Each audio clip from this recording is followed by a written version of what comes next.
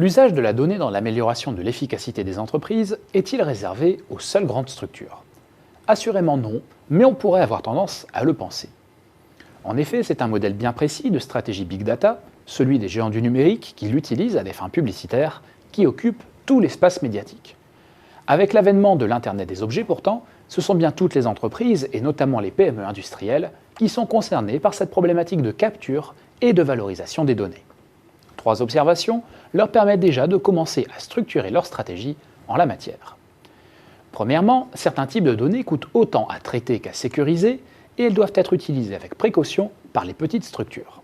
Il faut en effet garder à l'esprit que plus les données collectées sont critiques, plus elles intéresseront de potentiels pirates, et plus elles coûteront cher à sécuriser. Les piratages à grande échelle de bases de données concernant les utilisateurs ont déjà coûté plusieurs centaines de millions de dollars à des sociétés comme Target, Sony ou eBay.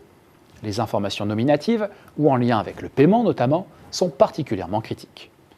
Deuxièmement, les données capturées doivent être en cohérence avec l'objectif immédiat recherché par l'entreprise, en lien avec son positionnement stratégique.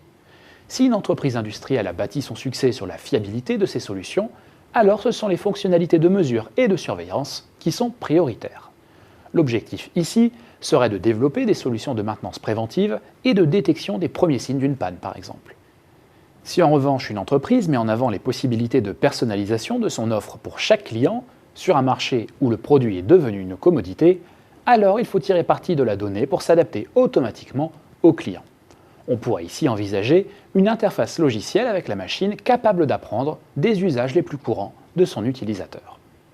Troisièmement, il ne faut pas confondre la fin et les moyens, et bien garder à l'esprit que la question de la donnée est à intégrer à la question plus large des systèmes d'information et de la stratégie d'intelligence informationnelle que mène l'entreprise.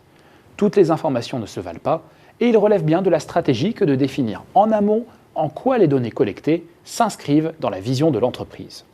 Il ne s'agit dès lors plus forcément d'évoluer dans le domaine du big data en collectant un maximum d'informations dont l'usage est trop souvent déterminé ex ante, mais bien du small ou du smart data, c'est-à-dire de partir d'une quantité plus restreinte mais plus pertinente d'informations au service de la stratégie.